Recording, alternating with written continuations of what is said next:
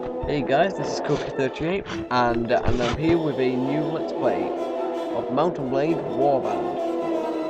So I'm going to start a new game here. Just waiting.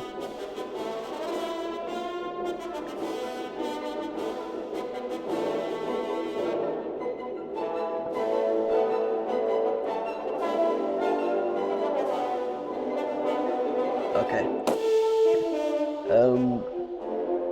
Right, so creating character, I'm going to be a male.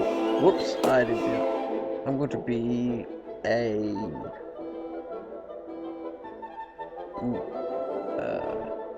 be a noble.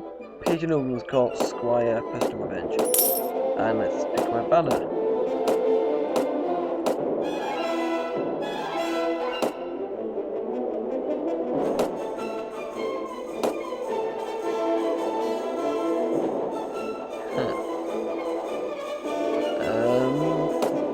I've got no idea what I want.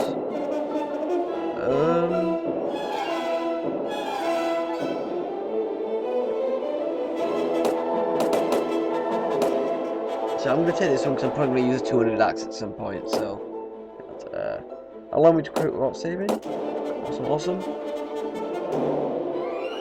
Distribute points.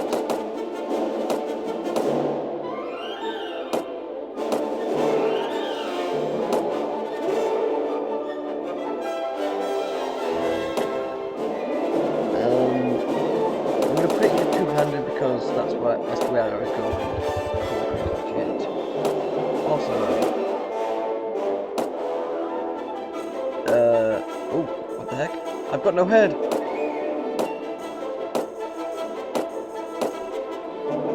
I know that. English now. That guy will do. And I'm going to join a caravan too. Or, in fact, I'm going to take a ship to Sargoth. If you guys want to read this bit, just skip it. Don't skip it. Just pause the video because I need to save some time. So yeah. There's the text. Read it as you please.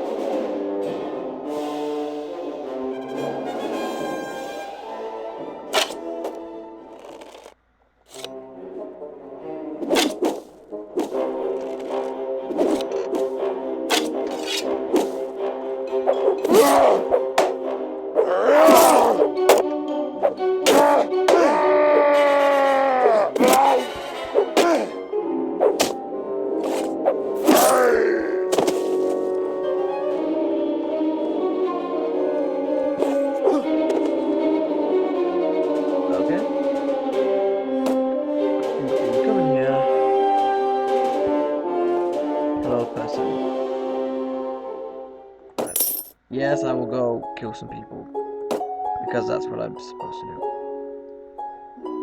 Here's a world map. Oh no, that is not a good start. Oh dear.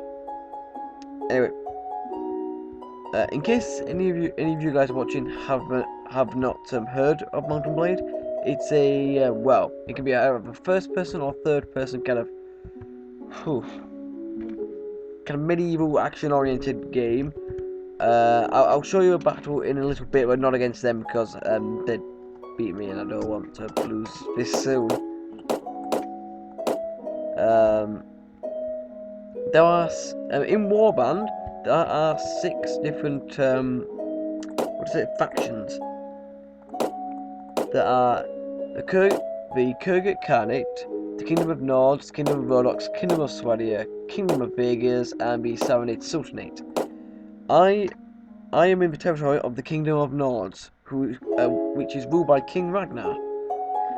The Kingdom of Nords is a kind of Nordic race, you know, no horses apart from some of the lords. Yeah, pretty much Vikings. Like a lot of axe wielding guys, and some archers. Big is I'd have to say they're probably kind of like a medieval version of England. in the sense that they've got good archers, they've got decent knights, and okay infantry. Yeah, no, they got the best ones. Don't worry, guys. I'll just keep talking to him, bro. Don't worry. The Kyrgyz Khanate are kind of like they're kind of like the Mongols in the sense that every single person more or less will be on a horse. You know. So if you go 1-on-1 against one of those lords and it's even numbers, unless you're amazing or you've got amazing troops, you're probably gonna lose. It's only Sultanate. I haven't actually seen much of them, but from what I have seen, they seem like kind of desert people. Shut up, man. I'm recording. Jesus Christ. Ugh. Yeah, a lot of horse archers and light infantry. Yeah, moving along to the Kingdom of Rhodoks. These guys, like the Norse, have no horsemen, but they use spearmen and crossbowmen. I have no idea who they're like, to be honest. And then right here in the middle of everyone is the Kingdom of Swadia. These guys have crossbowmen, decent infantry, and probably the best heavy cavalry in the game, I think. Yeah, pretty much. So yeah. Right, I'm now going to quickly run away from these guys before they decide they want to kill me. And I'm going to ride to this village and recruit some people. I get 4 people to join my cause. Let's go back and hope I don't run into them. Ragnar, how are you doing? What I need to do is I need to recruit 5 people, and then go back to the merchants who will be in the tavern in the town. So I've got 5 people. I'm going to head back now. Now, what I'm going to do in this is I'm going to go alone. You know, I'm going to when I'm powerful enough, I'm going to attack someone. I'll take over, start taking over their castles, and make my own kingdom. Right, when you enter a town, you have multiple options. You can go to the castle, take a walk around the streets, visit the tavern, enter the arena, go to the marketplace, waiting for some time, and or leave. And sometimes there's an extra option, but I'll get to that if I come across it. Go to the castle is literally what it sounds like. You know, you go to the main castle, but there's no one here apart from a couple of guards, so there's no point in being here. Take a walk around the streets. Once again, as it says, you know, you end up in the middle of the town, and I can walk about, and I can talk to people and say hello, how you doing, boy? Visit the tavern. I'll go into in a second because I'm going to be going there anyway. The arena is nothing down there. What happens is there's 40 people, but only a few at a time, and you have to see how long you can last until you are knocked out. And the longer you last, the more money you get, or denars as it's called in this. And if you win, if you have a last man standing, you get 250, which doesn't really sound like a lot, but seems like you can just keep doing this all day. You know. and I can watch these tournament fights going on there. Oh, just fights. This is a tournament master. I'll talk to him.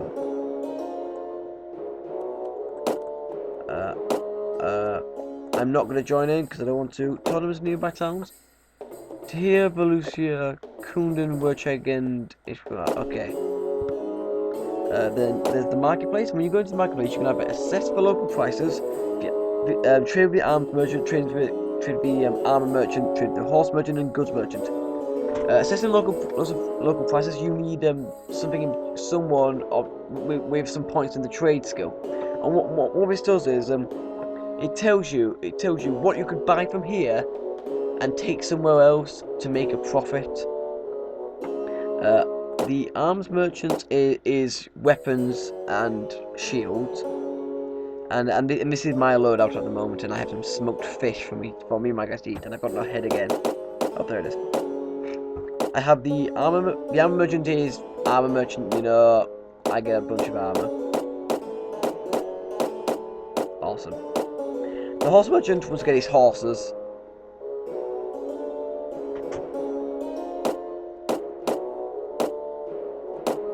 And the goods merchant is for everything else, such as food, um, and just things you can sell. The things that the good merchants sell can sell to you, you know, stuff you can buy from him. Is actually usually the stuff that sells the most, and that will get you the most money. But pretty much the only way to get that is either by helping a village or looting it, which I'll get to in a minute. Waiting for some time just makes you wait for some time. That 2 dinars per night is basically how much it's going to cost me per night to stay there with me and my party, and obviously the more people you have in your party, the more it's going to cost you. However, if you're waiting for some time in a castle or town that you own yourself, it doesn't cost you anything per night. So now I'm going to go to the tavern. With the delinquent drunks, which means I'm going to be fighting someone.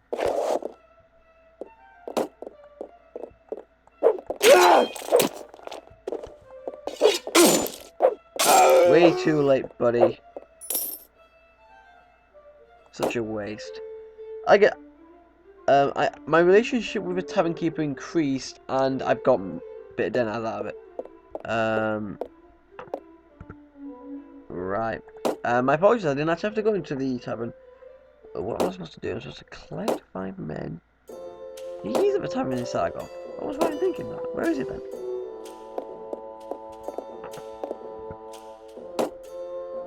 Hello, I've collected 5 dudes. Okay, if it's going to be like that, I'll go out and collect a few more.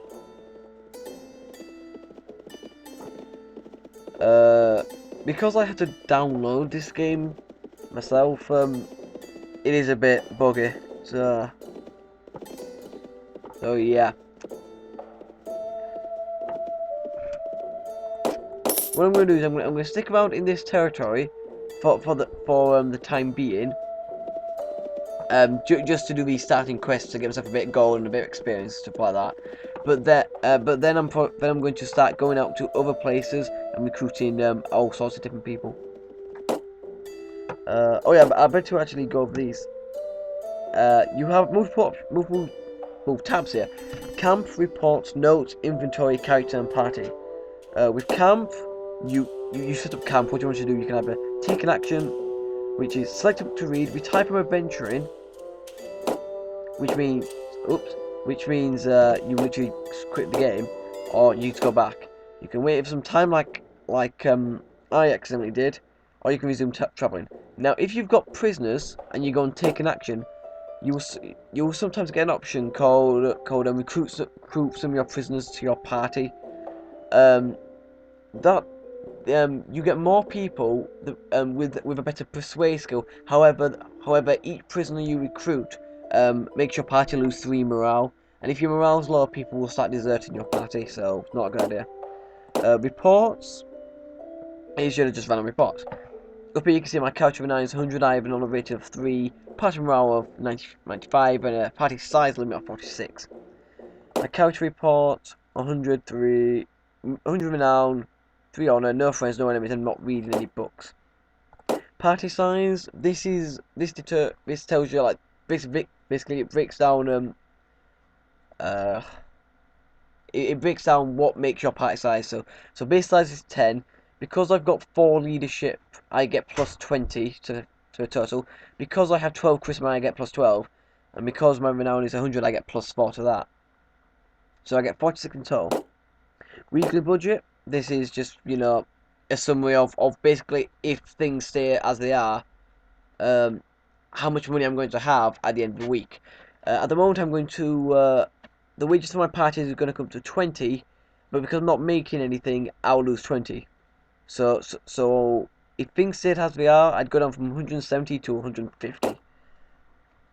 Party morale, once again, just breaks down morale. Base morale is 50. The bigger your party, the bigger your morale penalty you have. The higher your leadership, the more morale you get. Food variety. As you probably saw with the goods merchant in Sargoth, there was a few different kinds of food, like smoked fish and bread. Right. For each different kind of food that you have, it pluses a certain amount to your party morale, and recent events is just recent events. Courtship, I'm not entirely sure how it works. I've never really got into this. And faction relations. This is as it sounds, you know. This is how much the factions like or dislike you. If it's a minus, it means their lords will attack you. If it's a plus, it means you can help them in a fight. Although you can help them in a fight anyway if they're against like brigands or whatever. Notes is this. Game log. I ain't got anything. Recent messages. It's just messages. Oh, apparently I got an exhaust. Sweet. I'll have to check that out. I didn't realise. This is my this is notes, which is my quest. I got to collect firemen. I have done that. Game concepts. I haven't been those things. These are all the characters. Locations is all the places, the factions of the factions. My inventory. I'm gonna equip the Nordic sword because it is better than the one I've got. Yeah, but basically, that's to discard stuff, but you don't really want to. You'd rather just sell it. This is for any kind of headgear like helmets, any gloves, body armor, leg. This is leg armor. The horse, and then I can have up to 4 arms. At the moment, I've got a hunting crossbow, some bolts, a Nordic sword, and a battered old round shield. Later on, because it's what I always do, I always take a bow, 2 sets of arrows, and a 2-handed sword or axe, usually an axe because they're usually a bit better. Character is me. As I do things like quests and killing people and winning fights, I get experience. After so much experience, I level up. Every time I level up, I get 1 thing in attribute points, 1 thing in skill points, and 10 weapon points. If you take intelligence, you get an extra skill point. If you take agility, you get an extra 5 weapon points.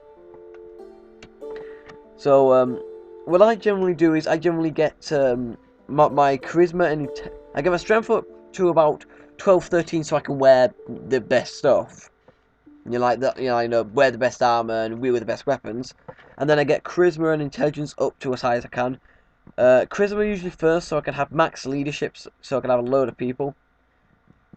Each of these there's all these skills which I can go over. Iron Flesh increases hit points by +2 for everyone, and every skill can go up to max 10.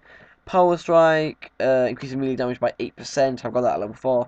Power Throw increases throwing damage with like throwing axes and javelins and stuff like that by 10%. Power Draw is bows. It lets you catch use more powerful bows. Each point of his skill plus up to 4 plus power draw requirement for the bow increases bow damage by 14%. That's not bad actually. Weapon Master is weapon points because at a certain point you can't go any higher because you know your guy physically cannot learn how to use his weapon any better. You know, like training himself only when he's fighting. So the higher your Weapon Master, the more you can have in that. Shield is durability of your shield. Athletics is how fast you can run. Riding is for horses. And it also increases your riding speed and maneuverability. Horse archery is for using bows and crossbows and stuff on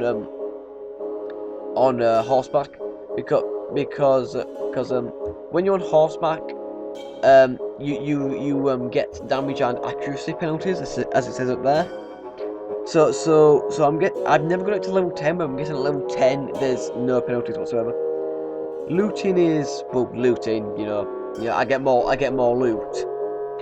Trainer, which I've got level 2 in, is every single day your party trains a little bit. And the more points you have in trainer, the more experience your party gets. And like yourself, when your party members get enough experience, if they're an actual special character, they'll level up. If it's a troop like my recruits I've got at the moment, they will be able to be changed to something better. I have tracking, which basically, as I move around the map, I will see tracks every now and again, and a high level tracking I have a more informative I can get. For example, at level 1 I can probably have a rough estimate at what they are and how long ago the tracks was. At level 10, I can see exactly who, as far as I know, I can see exactly who it was, exactly where they've been, exactly how long ago they've been there, and exactly how many people in their party. Tactics, I really don't care about tactics, to be honest. I find it kind of useless. Pathfinder increases map speed, spotting increases party scene range by 10%. Inventory management gives my guy plus 6 inventory slots. Wound treatment is partly healing speed. Surgery is yeah. Well, best way to describe it is, you see my health up there? I got 47 out of 47 at the moment. Where with one of my recruits lost all his health, he'd either die or be knocked unconscious. The more points I have in surgery, the more likely they'll just be knocked unconscious and not killed. Because if you're in a battle and you start losing your best guys, and start dying, it's going to be a real pain for you getting you back up to speed. First aid, heroes regain 5% per skill level of your points lost during the mission.